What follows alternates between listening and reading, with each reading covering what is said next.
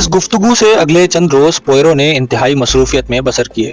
وہ پرسرار طور پر گھر سے غائب رہتا، چند منٹ کے لیے آتا تو منہ سے کچھ نہ بولتا، میری بات کا جواب صرف ہاں یا نہ میں دے کر چپ ہو جاتا۔ اس کی پیشانی پر گہرے غور و فکر کی شکنیں طاری رہتی۔ میں نے بارہا اس سے پوچھنے کی کوشش کی کہ میرا کہا ہوا وہ کون سا جملہ تھا جس کی بدولت اسے صحیح راستہ مل گیا، لیکن وہ ہمیشہ اس ذکر کو ٹال جاتا۔ باہر آنے جانے کے سلسلے میں وہ اکیلا ہی جاتا اور ایک مرتبہ بھی مجھے اپنے ساتھ نہیں لے کے گیا، اور میں اس کی اس حرکت سے سخت ناراض تھا۔ ہفتے کے اختتام پر اس نے اچانک یہ بتایا کہ وہ بیکس ہل اور اس کے گرد و نواح میں جانے کا ارادہ رکھتا ہے، اور اس نے اس بار مجھے بھی ساتھ چلنے کی دعوت دی۔ یہ کہنا غیر ضروری ہوگا کہ انتہائی مسرت سے میں نے یہ دعوت قبول کر لی، لیکن بعد میں مجھے یہ پتا چلا کہ اس نے خصوصی پارٹی کے تمام افراد کو بھی اپنے ہمراہ چلنے کے لیے بلایا تھا، اور وہ سب کے سب بھی میری طرح اس عجیب و غریب دعوت پر حیران تھے، لیکن سب لوگ اس کے ہمراہ بیکس ہل جانے کے لیے رضامند ہو گئے۔ بیکس ہل پہنچنے کے بعد سب سے پہلے وہ مسٹر اور مسز برنارڈ کے بنگلے پر گیا۔ مسز برنارڈ کی زبانی مسٹر کسٹ کے آنے اور جرابیں فروخت کرنے کا تفصیلی قصہ سنا۔ پھر وہ اس ہوٹل میں گیا جہاں مسٹر کسٹ نے قیام کیا تھا، اور ہوٹل کے مینیجر سے اس کی آمد و رفت اور بیکس ہل سے روانہ ہونے کے صحیح اوقات معلوم کیے۔ جہاں تک میں اندازہ لگا سکا، پوئرو کے سوالات سے کوئی خاص یا کوئی نئی بات معلوم نہیں ہوئی، لیکن پھر بھی وہ نہایت مطمئن نظر آتا تھا۔ پھر وہ ساحل سمندر پر اس جگہ گیا جہاں بیٹی برنارڈ کی لاش پائی گئی تھی۔ اس جگہ وہ چل پھر کر چند منٹ تک زمین کو اپنی نگاہوں سے ماپتا رہا۔ میں نہیں سمجھ سکا کہ اس حرکت سے اس کا کیا مطلب تھا، حالانکہ دن میں 2 مرتبہ تو جوار بھاٹا پوری طرح اس جگہ کو ڈھانپ لیتا تھا۔ البتہ اس وقت تک مجھے معلوم ہو گیا تھا کہ پوئرو کی حرکات اس کے خیال کے مطابق ضرور کوئی راز اپنے اندر رکھتی تھی، لیکن ظاہری طور پر وہ بے معنی ہی تھی۔ پھر وہ ایک جانب چلتا ہوا اس مقام تک پہنچا جہاں ایک کار کے کھڑے ہونے کے نشانات نظر آتے تھے، اور پھر اس مقام سے چلتا ہوا وہ وہاں تک گیا جہاں بیکس ہل سے ایسٹ بونڈ جانے والی بسیں انتظار کر رہی تھی۔ آخر کار یہ نرالی تفتیش ختم کر کے ہم سب کے سب جنجر کیٹ کیفے میں پہنچے، اور اس موٹی ویٹریس مس ہیگلے نے ہمارے سامنے بے مزہ چائے کی پیالیاں لا کر رکھ دیں، اور پھر میری حیرت کی انتہا نہ رہی جب خلاف عادت پوئرو نے مس ہیگلے کی موٹی بھدی پنڈلیوں کی تعریف شروع کر دی۔ مس ہیگلے نے یہ تعریف سن کر قہقہے لگانا شروع کر دیا اور کہا، خدا ان فرانسیسیوں سے سمجھے، یہ سب کے سب ایک ہی جیسے ہوتے ہیں۔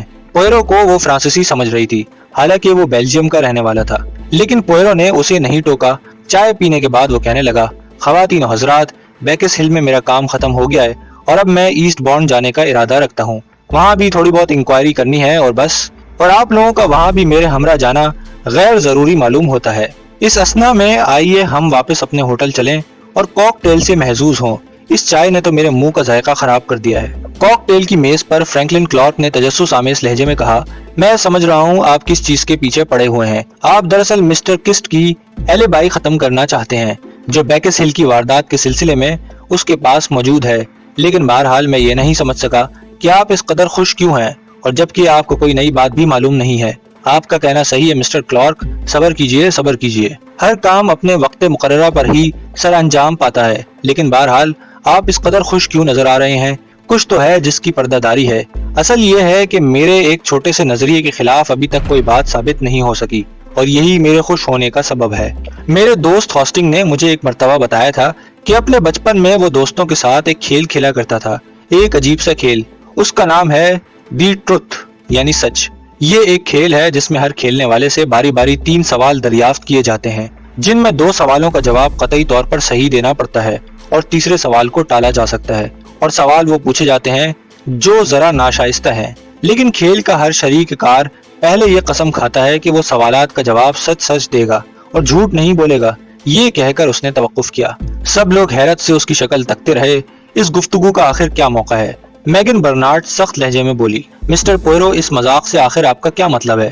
مطلب یہ ہے محترمہ، میں یہ کھیل کھیلنا چاہتا ہوں، پوئرو نے جواب دیا، لیکن اب یہ ضروری نہیں ہوگا کہ 3 سوالات ہی کیے جائیں، صرف ایک ہی سوال کافی ہے، آپ سب سے ایک ایک سوال کیا جائے گا۔ بے شک ہم ہر سوال کا جواب دیں گے، فرینکلن نے بے صبری سے کہا، لیکن یاد رکھیے بچوں کے کھیل کی نسبت یہ کھیل ذرا سخت نوعیت کا ہے۔ کیا آپ سب قسم کھاتے ہیں کہ سچ بولیں گے؟ پوئرو کا لہجہ اتنا سنجیدہ تھا کہ دوسرے افراد حیرت کا مجسمہ بنے ہوئے سنجیدہ ہو گئے، اور سب نے سچ بولنے کا حلف اٹھا لیا۔ بہت خوب، پوئرو نے کہا، آئیے اب کھیل شروع کرتے ہیں۔ میں تیار ہوں، مس تھورا گرے نے کہا۔ لیڈیز فرسٹ کا اصول بے شک صحیح ہے، لیکن میں آج اس کی الٹ کرنا چاہتا ہوں۔ یہ کہہ کر پوئرو فرینکلن کلارک کی جانب پلٹا اور پہلا سوال اس سے کیا، کہیے مسٹر کلارک، اس سال ایسکٹ میں جن خواتین نے ہیٹ پہن رکھے تھے ان کے بارے میں آپ کا کیا خیال ہے؟ فرینکلن کلارک حیرت سے اس کا منہ تکنے لگا۔ کیا آپ مذاق کر رہے ہیں؟ ہرگز نہیں۔ کیا واقعی یہ سوال آپ نے سنجیدگی سے کیا ہے؟ جی ہاں بالکل۔ یہ سن کر کلارک نے ہنسنا شروع کر دیا۔ خیر مسٹر پوئرو، میں خود تو کبھی ایسکٹ نہیں گیا، لیکن کاروں میں جاتی ہوئی ان عورتوں کو ضرور دیکھا ہے، اور میرا یہ خیال ہے کہ ان ہیٹوں کی نسبت وہ ہیٹ بہت بڑے بڑے تھے جو وہ عام طور پر پہنتی ہیں، نہایت بھدے۔ جی ہاں قطعی بھدے، پوئرو نے مسکرا کر کہا، پھر ڈونلڈ فریسر کی جانب مڑا۔ کہیے مسٹر فریسر، اس سال آپ نے چھٹیاں کب لی تھیں؟ اب ڈونلڈ فریسر کے گھبرانے کی باری تھی۔ میری چھٹیاں؟ اگست کے پہلے 2 ہفتوں میں۔ اس کا چہرہ دفتن کانپنے لگا۔ میں نے اندازہ لگا لیا کہ اس سوال سے اسے اپنی بدنصیب محبوبہ یاد آ گئی ہے۔ پوئرو نے البتہ اس کے جواب پر کوئی مزید توجہ نہ دی۔ پھر وہ تھورا گرے کی جانب پلٹا اور میں نے دفتن پوئرو کی آواز میں ایک عجیب سی تبدیلی محسوس کی۔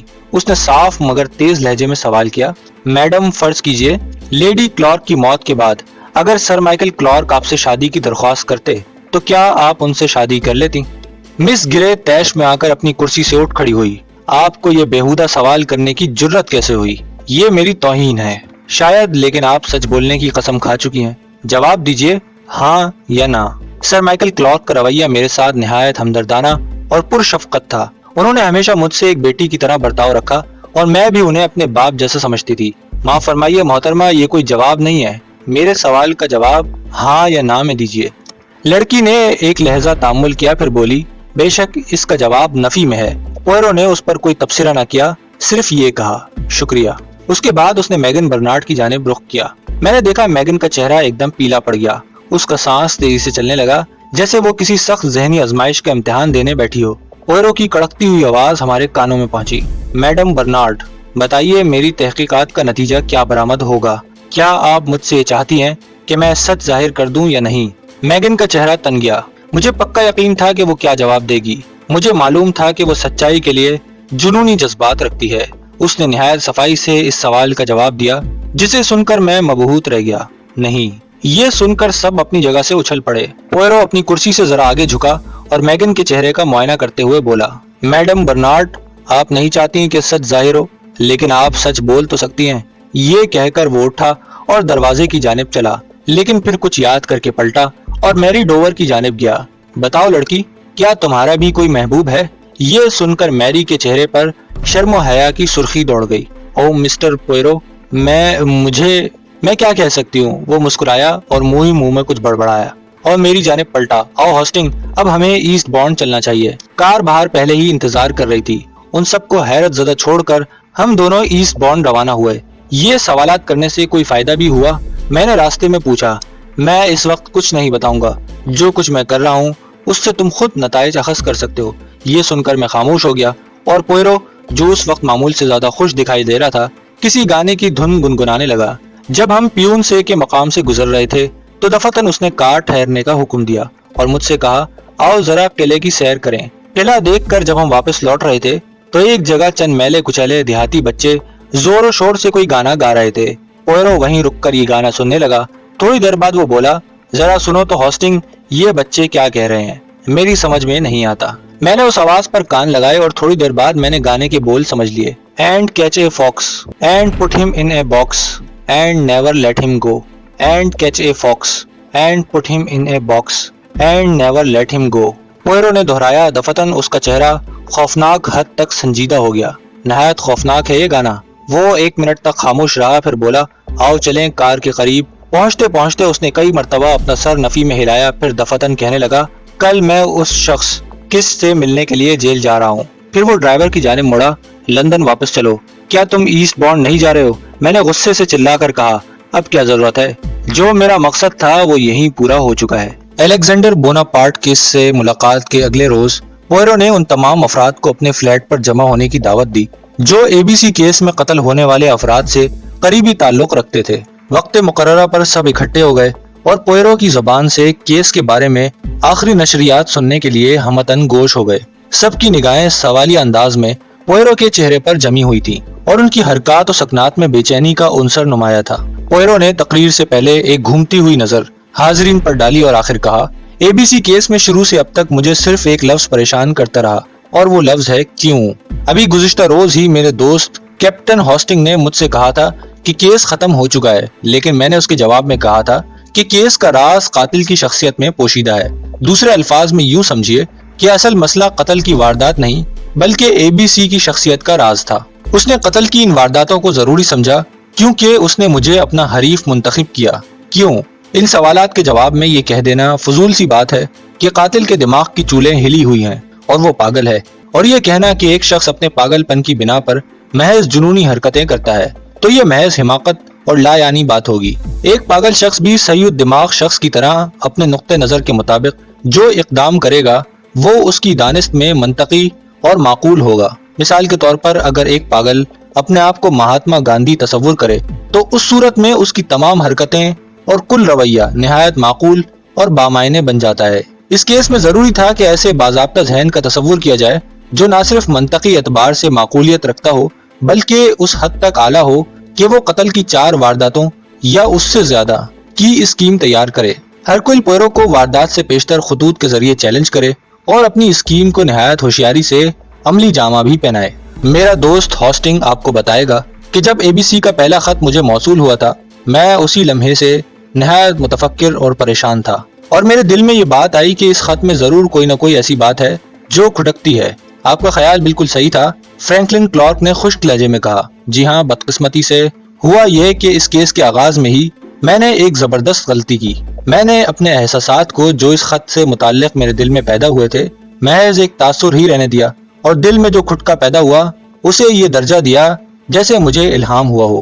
حالانکہ ایک متوازن اور باعمل ذہن کے لیے غیبی علم یا القاء کوئی معنی نہیں رکھتا۔ بلا شبہ بعض اوقات کسی شے کے بارے میں غیر شعوری طور پر دل میں کوئی بات پیدا ہوتی ہے جس کا منبع عقل اور ذہن کو قرار نہیں دیا جا سکتا، لیکن اسے محض آپ کے لاشعور کا اندازہ یا قیاس کہا جا سکتا ہے۔ آپ خود کسی شے کے متعلق کچھ قیاس کر کے نتیجہ اخذ کر سکتے ہیں، لیکن یہ قیاس یا تو صحیح ہوگا یا غلط۔ اگر یہ صحیح ہے تو آپ اسے الہام کا درجہ دے سکتے ہیں، لیکن اگر یہ غلط ثابت ہو تو شاید آپ اس کا ذکر ہی نہ کریں۔ لیکن یاد رکھیے، جس بات کو عام طور پر غیبی اشارہ یا الہام کہہ کر پکارا جاتا ہے اس کی بنیاد دراصل منطقی نتیجہ اور تجربے کے تاثرات پر مبنی ہوتا ہے۔ ایک ماہر فن جب کسی تصویر، کسی میز یا کرسی یا کسی چیک پر دستخط دیکھ کر اچانک یہ محسوس کرے کہ اس میں کوئی نہ کوئی غلط بات ضرور ہے، اسے اس شے کی باریکیوں میں جانے کی ضرورت نہیں ہوتی، بس ایک اندرونی شے اسے بتا دیتی ہے کہ اس میں فلاں بات غلط ہے۔ لیکن یہ محض قیاس نہیں ہوتا بلکہ اس کی بنیاد دراصل اس ماہر فن کے علم اور تجربے کے تاثر پر ہی ہوتی ہے۔ بہرحال مجھے یہ اعتراف ہے کہ پہلے خط پر میں نے وہ توجہ نہ دی جو مجھے اس پر صرف کرنی چاہیے تھی، لیکن اس خط نے مجھے شدت سے بے چین ضرور کر دیا۔ پولیس کا خیال تھا کہ یہ کسی کی شرارت ہے، لیکن میں اسے سنجیدگی قرار دیتا تھا، اور مجھے یہ یقین کامل تھا کہ خط میں جو تاریخ درج کی گئی ہے اس تاریخ کو اینڈ اوور کے مقام پر قتل کی واردات ضرور ہوگی۔ اور جیسا کہ آپ سب کو علم ہے کہ قتل کی واردات ہوئی، پہلی واردات کے بعد مجھے چند یقینی علامات حاصل ہوئیں۔ نمبر 1 خط، نمبر 2 طرز واردات، اور نمبر 3 وہ فرد جسے قتل کیا گیا۔ اور میں نے یہ دریافت کیا کہ واردات اور خط بھیجنے کا مقصد کیا تھا۔ شہرت، کلارک نے رائے ظاہر کی۔ یقیناً قاتل احساس کمتری کا مریض تھا اور اسی ذریعے سے وہ یہ مرض دور کر سکتا تھا۔ تھورا گرے نے مزید کہا، بلا شبہ یہی نظریہ درست نظر آتا ہے اور اسی راستے پر چل کر کوئی سراغ لگایا جا سکتا ہے، لیکن سوال تو یہی ہے کہ مجھے کیوں؟ ہرکول پوئرو کو خط لکھنے کا کیا مطلب تھا؟ مجرم اگر اسکاٹ لینڈ یارڈ کو براہ راست خطوط بھیجتا تو اسے اس سے زیادہ شہرت نصیب ہو سکتی تھی۔ واردات کے بعد تو اخبارات اسے شہرت کے آسمان پر لے جاتے، اور پھر مجرم نے مجھے یعنی ہرکول پوئرو کو ہی خطوط کیوں بھیجنا مناسب سمجھا؟ کیا اس کے پس پردہ کوئی ذاتی وجوہ موجود تھی کہ اسے غیر ملکی افراد سے تعصب ضرور ہے، لیکن اتنا نہیں جس سے میرے دل کو اطمینان ہو جاتا کہ شاید ایک غیر ملکی سراغ رساں ہونے کی حیثیت سے وہ مجھ سے نفرت رکھتا ہے۔ پھر دوسرا خط آیا اور بیکس ہل میں بیٹی برنارڈ کو قتل کر دیا گیا، اور اب یہ بات روز روشن کی طرح نمایاں ہو گئی۔ مجھے تو پہلے بھی یہ شک ہو گیا تھا کہ یہ قتل کی وارداتوں کا ارتکاب عرف تہجی کے اعتبار سے کیا جا رہا ہے، لیکن بہرحال یہ سوال جو کا تو موجود تھا کہ ABC کو قتل کی وارداتیں کرنے کی ضرورت کیوں پیش آئی۔ میگن برنارڈ کی کرسی میں حرکت کے آثار نمودار ہوئے اور اس نے پہلو بدل کر کہا، کیا ایسا نہیں ہے کہ جیسے اس پر خون کرنے کی دھن سوار ہو؟ پوئرو اس کی جانب پلٹا، میڈم آپ نے بالکل صحیح فرمایا، واقعی ایسی ہی بات ہے، یعنی خون کر کے شہرت پانے کی زبردست خواہش، لیکن مصیبت تو یہی ہے کہ یہ نظریہ کیس کے واقعات پر فٹ نہیں بیٹھتا۔ ایک جنونی قاتل جسے محض قتل کرنے کی ہی خواہش ہو، وہ حسب معمول ان سب افراد کو قتل کر دے گا جہاں تک اس کے لیے ممکن ہوگا، اور ایسے قاتل کا پہلا اقدام یہ ہوگا کہ وہ اپنے کوئی سراغ نہ دے، کہ دوسروں کی توجہ اپنے اوپر مبذول کرائے۔ یہ ضروری کیوں ہوا کہ ہر واردات کے بعد لاش کے قریب ایک ABC ریلوے گائیڈ رکھ دی جائے؟ کیا وارداتوں کے ساتھ ABC ریلوے گائیڈ کا کوئی خاص تعلق تھا؟ اگرچہ ان سوالات کا واضح اور روشن جواب میرے پاس نہ تھا، تاہم میں نے محسوس کیا کہ قاتل کے بارے میں بعض یقینی باتیں ضرور معلوم ہوئی ہیں۔ مثلاً کون سی؟ ڈونلڈ فریسر نے دریافت کیا۔ پہلی تو یہ کہ اس کا ذہن سطحی ہے۔ اس نے وارداتوں کی اسکیم عرف تہجی کی بنیاد پر ترتیب دی، اور یہ چیز اس کے نزدیک اہم تھی۔ اور دوسرا یہ کہ مقتولوں کے انتخاب میں اس نے کوئی خاص معیار قائم نہیں کیا۔ مسز آسچر، بیٹی برنارڈ، سر مائیکل کلارک، یہ تینوں افراد ہر حیثیت سے آپس میں مختلف ہیں۔ ان میں جنس کی مطابقت ہے نہ عمر کی، اور یہی بات مجھے کھٹکتی رہی کہ ایسا کیوں ہے؟ اگر ایک شخص بلا فرق و امتیاز قتل کا ارتکاب کرتا ہے تو محض اس بنا پر جو اسے پریشان کرے یا اس کے راستے میں رکاوٹ بنے اسے ختم کر دیا جائے۔ لیکن حرف تہجی کی ترتیب سے جو قتل ہوئے ہیں وہ ظاہر کرتے ہیں کہ اس کیس میں ایسی صورت نہیں۔ پہلی نوعیت کا قتل عام طور پر خاص قسم کے افراد کو قتل کرنے کے لیے منتخب کیا جاتا ہے، یعنی ہمیشہ جن سے مخالف کے افراد ہی اس کے بے رحم ہاتھ کا نشانہ بنتے ہیں۔ ABC ریلوے گائیڈ کے لیے میں نے یہ ہلکا سا نتیجہ اخذ کیا کہ قاتل ایک ریلوائی ذہن، ریلوے مائنڈڈ کا مالک ہے۔ لڑکیوں کی نسبت لڑکے ریلوں کو زیادہ پسند کرتے ہیں، اور یہ اس بات کی طرف بھی اشارہ کرتا ہے کہ قاتل کا ذہن فی الحال محدود ہے، اس میں کسی حد تک بچپنا پایا جاتا ہے، اور لڑکپن کا غلبہ اس پر ابھی تک موجود ہے۔ بیٹی برنارڈ کی موت اور طرز ہلاکت نے مجھے چند اور یقینی علامات دی۔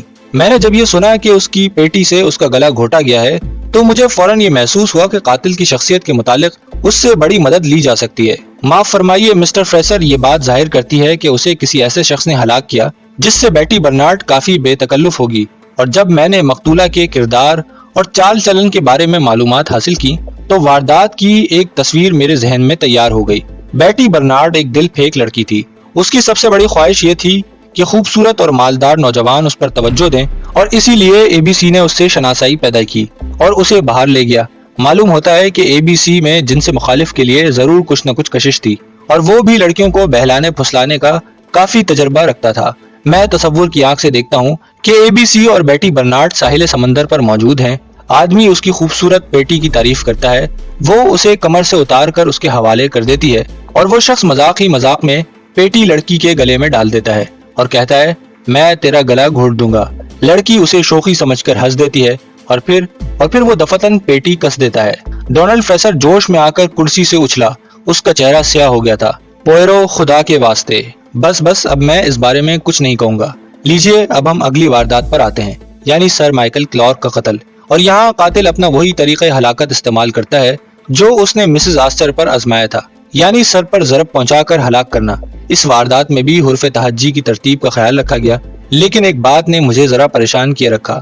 ABC ریلوے گائیڈ میں حرف A سے شہروں اور قصبوں کے جتنے نام درج ہیں ان میں اینڈوور کا نام 55 پر آتا ہے، لہٰذا B کی واردات بھی اسی مقام پر ہونی چاہیے تھی جو 55 نمبر پر درج ہے، یا پھر 152 نمبر پر ہونی چاہیے تھی، اور حرف C کی واردات 152 پر درج شدہ قصبے میں۔ لیکن ABC نے اس ترتیب کا خیال نہیں رکھا اور قصبوں کا انتخاب محض اتفاقیہ طور پر کر لیا، لیکن اس کے نام حرف ABC سے شروع ہوتے ہیں، یعنی اینڈوور، بیکس ہل اور چرسٹن۔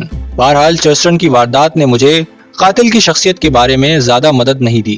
ABC کا خط ہمیں پتہ غلط درج ہونے کے سبب دیر سے ملا، اور ہم واردات روکنے کے لیے کوئی خاص انتظام نہ کر سکے۔ اس کے بعد ڈونکاسٹر کی واردات کا اعلان کیا گیا، اور اس بار پولیس کی جانب سے قاتل کو پکڑنے کے لیے نہایت اعلیٰ پیمانے پر انتظامات کیے گئے، اور یہ ظاہر تھا کہ ABC کو اب مزید قتل کرنے کے لیے آزاد نہیں چھوڑا جا سکتا۔ اس سے بھی زیادہ یہ کہ جرابوں کا سراغ میرے ہاتھ میں آ گیا، اور یہ بات صاف آیا تھی کہ وارداتوں کے تینوں مقامات پر ایک جرابے بیچنے والے کا پایا جانا محض اتفاق کہہ کر نہیں ٹالا جا سکتا، اس لیے ضروری ہے کہ وہی جرابوں والا قاتل ہو۔ حالانکہ مس گرے نے اس کا جو حلیہ بیان کیا تھا وہ اس شخص کے حلیے سے قطعاً مطابقت نہیں رکھتا جو بیٹی برنارڈ کے قاتل کی شکل میں میرے تصور میں موجود تھا۔ اب میں جلدی بقیہ منزلوں سے گزرتا جاؤں گا۔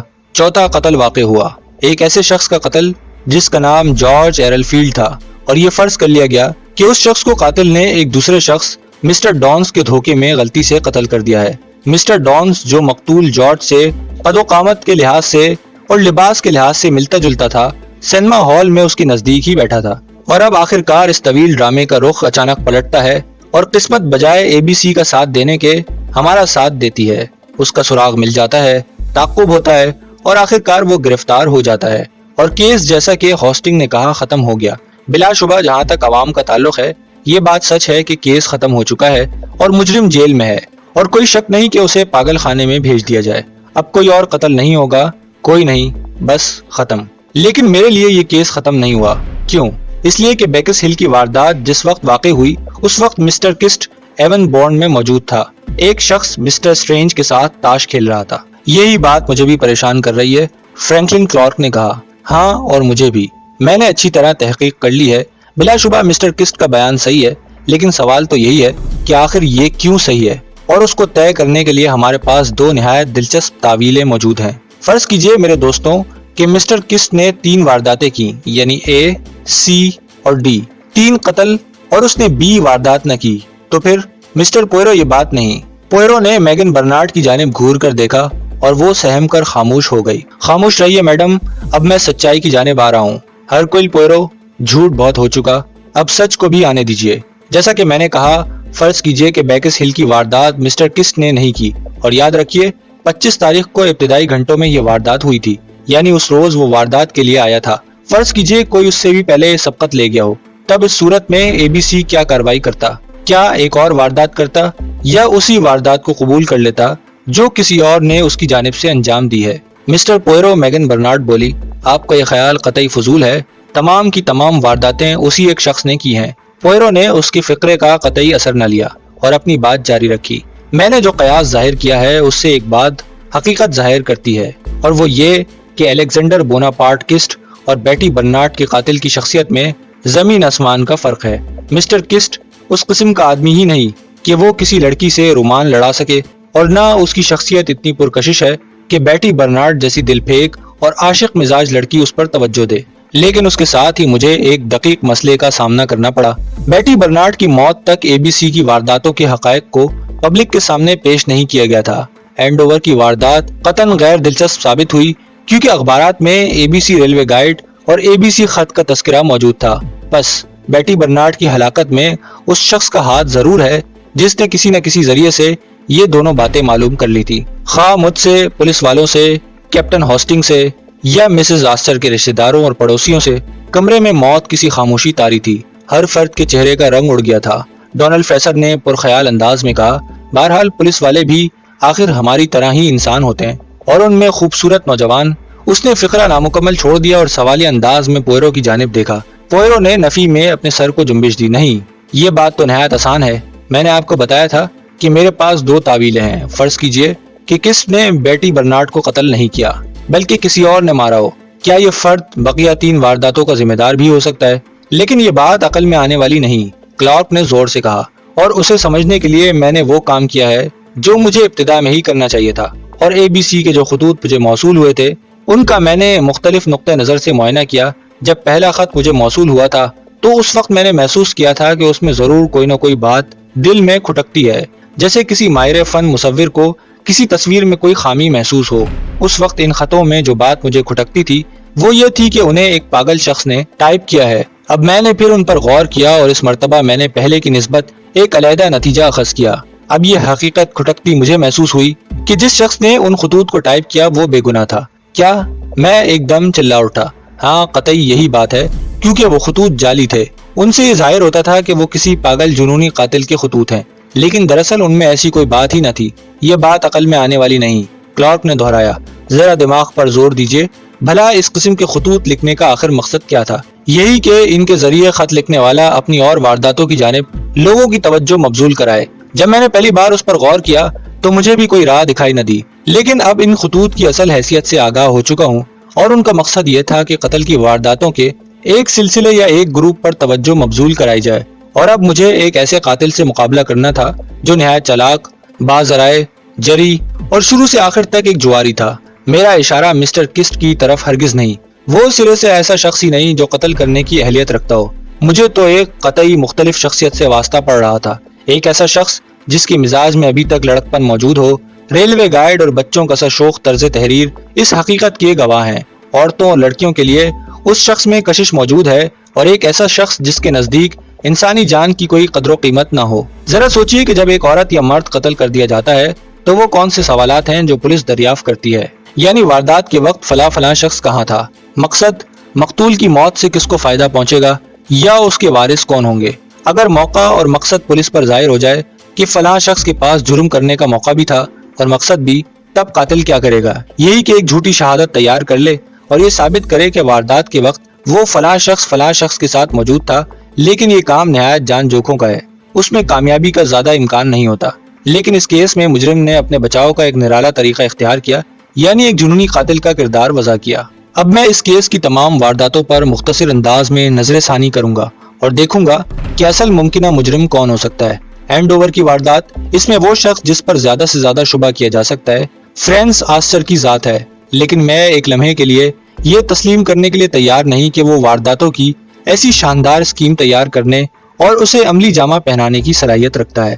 بیکس ہل کی واردات، اس میں ڈونلڈ فیسر پر شک و شبے کی نگاہ پڑ سکتی ہے، اس کے پاس اہلیت بھی ہے اور ذہانت بھی، لیکن اپنی محبوبہ کو قتل کرنا محض رقابتی جذبات پر منحصر ہو سکتا ہے، اور رقابت کسی کو قتل کرنے کی منصوبہ بندی نہیں دیتی۔ مجھے یہ بھی معلوم ہے کہ ڈونلڈ فیسر نے 12 اگست کے ابتدائی دنوں میں اپنی چھٹیاں لی تھی، اس لیے یہ بات خلاف واقعہ ہے کہ چرسٹن کی واردات میں اس کا کوئی ہاتھ ہوگا۔ اب ہم چرسٹن کی واردات پر آتے ہیں، اور فوراً ہی ہمیں احساس ہوتا ہے کہ یہاں سے ہمیں مجرم کی شخصیت کے متعلق بڑی معلومات مل سکتی ہے۔ سر مائیکل کلارک ایک دولت مند شخص تھے۔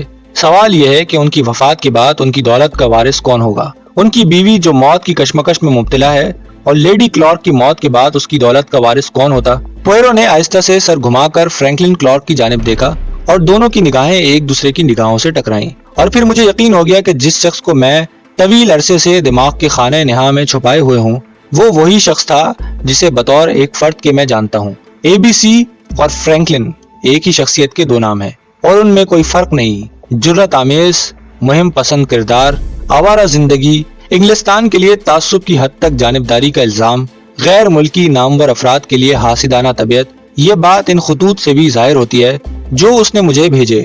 خوبصورت اور پرکشش نوجوان، لڑکیوں کے مزاج سے بخوبی واقف، اور اس کے لیے یہ قطعی آسان تھا کہ کسی کیفے سے کسی بھی لڑکی کو بہلا کر اپنے ساتھ لے جائے۔ سطحی ذہن، ایک روز اس نے یہاں ناموں کی فہرست تیار کی اور اے بی سی ریلوے گائیڈ کی مدد سے ناموں پر نشان لگا دیے۔ وہی ذہنی لڑکپن جس کی جانب لیڈی کلارک نے اشارہ کیا تھا، اور خود بھی مسٹر فرینکلن کی اس دلچسپی سے ظاہر ہوتا ہے جو انہیں بچوں کے ناول پڑھنے سے ہے۔ میں یہ تحقیق کر چکا ہوں کہ گھر کی لائبریری میں ایک ناول ریلوے چلڈرن موجود ہے، اور یہ وہی کتاب ہے جو مسٹر کلارک واردات کے روز مچھلیاں پکڑنے کے بعد واپس آ کر پڑھتے رہے تھے۔ اور آخر میرے دل میں کوئی شبہ نہ رہا کہ اے بی سی یعنی وہ شخص جس نے خطوط لکھے اور جرائم کا ارتکاب کیا، فرینکلن کلارک ہی تھا۔ دفتن فرینکلن کلارک قہقہہ مار کر ہنس پڑا۔